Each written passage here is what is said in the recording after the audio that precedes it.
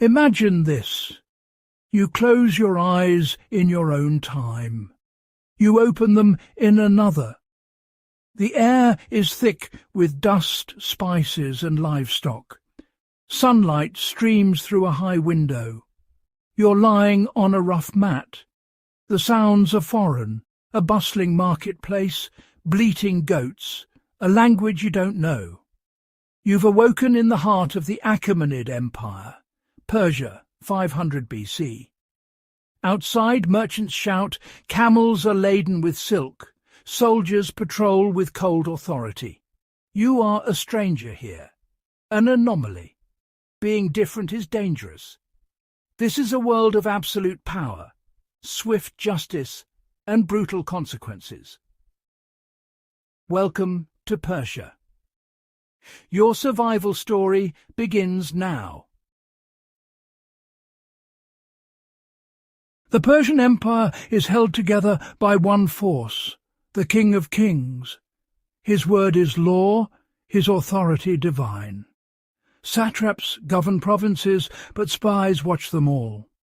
Paranoia is the court's lifeblood. Privacy is rare. Loyalty is enforced. Any hint of rebellion is crushed.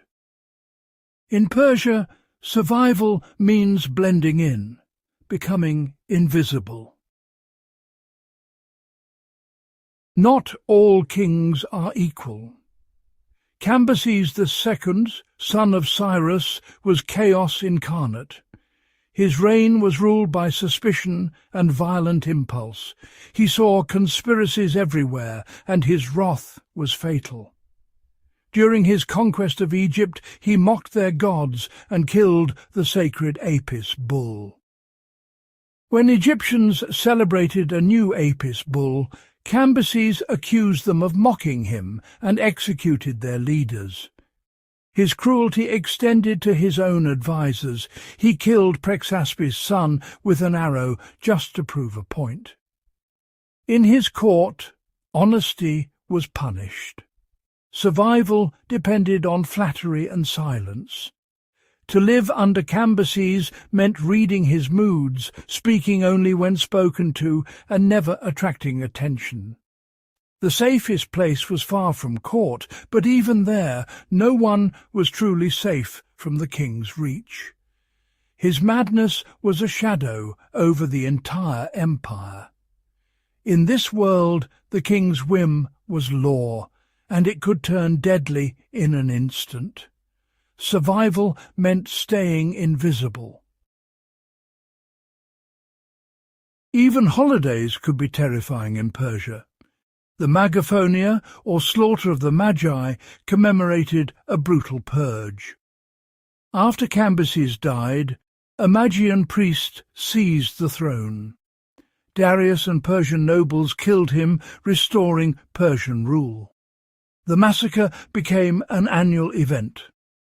On this day, any magus found outside could be killed without consequence. The Magi hid indoors, praying for sundown. The festival was a tool of control, a reminder that any group could be targeted. It sent a message.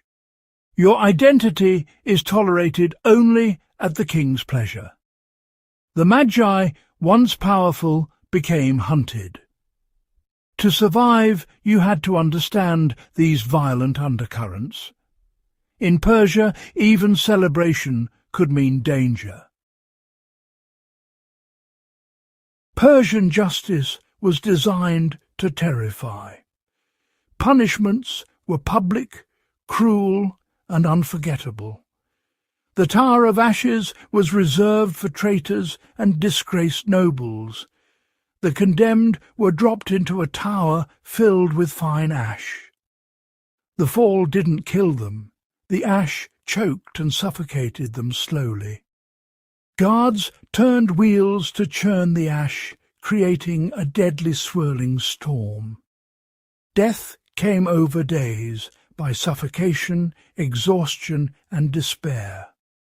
Ash symbolized worthlessness. Even the mighty could be reduced to nothing.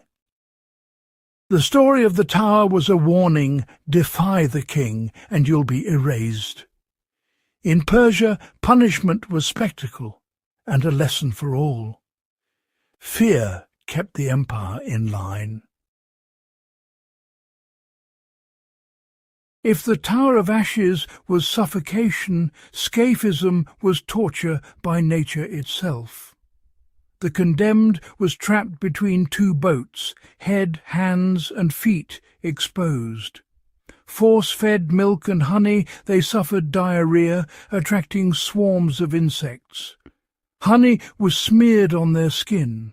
Flies and vermin feasted on their flesh. Maggots burrowed into wounds. The victim was eaten alive, kept alive for days or weeks. Scaphism was the ultimate display of power. The empire could destroy you, body and mind. The process was so horrific it seemed mythical, but it was real. In Persia, execution was a warning to all. The message: the king's reach was absolute and his punishments legendary. Survival meant never drawing the king's wrath. Darius the Great was a master administrator and a master of paranoia. He seized power through violence and never forgot how fragile his throne was. His court was a place of wealth and danger. One misstep could mean death. Darius trusted few, relying on spies to monitor everyone. Satraps who grew too powerful were quickly investigated or eliminated. The story of Oroetes, a satrap killed by his own guards on Darius's written order, shows the king's terrifying authority. His power was embedded in the empire's structure, not just his presence. To survive, you had to be loyal, useful, but never a threat. Praise the king, celebrate his victories, and never give him reason to doubt you. Ambition was a dangerous game in Darius's court. The wise kept their heads down and their loyalty visible. In Persia, survival was a delicate balance. The court was a stage. One wrong move and you were gone. Every empire needs elite soldiers. Persia had the 10,000 immortals. They were the king's bodyguard and the empire's heavy infantry.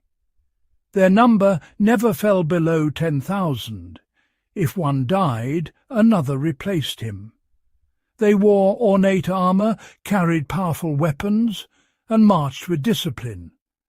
Their presence alone could break enemy armies. The immortals were a symbol of the king's power, silent, ever-present, and deadly. Some say a woman, Pantea Arteshbod, helped found the core, a reminder that power could come from unexpected places. For most, the immortals were to be avoided, the king's blade always near. Their legend kept the empire in awe and fear. In Persia, the immortals were the ultimate enforcers. How does one survive in Persia? With skill, awareness and luck. Survival was the art of being unremarkable, anticipating danger and knowing when to stay silent. Power flowed from the king to the satrap to the soldier on the street. Obedience was your shield. Arguing for rights was unthinkable. Bow your head, pay your taxes, and never resist authority. Silence was your ally. Informants were everywhere. A careless word could be fatal. Assume you're always watched. Keep your thoughts to yourself. A quiet life was a long life. Even perfect caution couldn't guarantee safety. Bad luck could strike anyone. You could be conscripted, framed, or simply in the wrong place at the wrong time.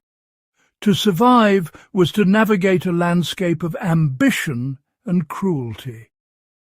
In Persia, the greatest skill was knowing when to disappear. In the shadow of the Persian Empire, survival was never guaranteed.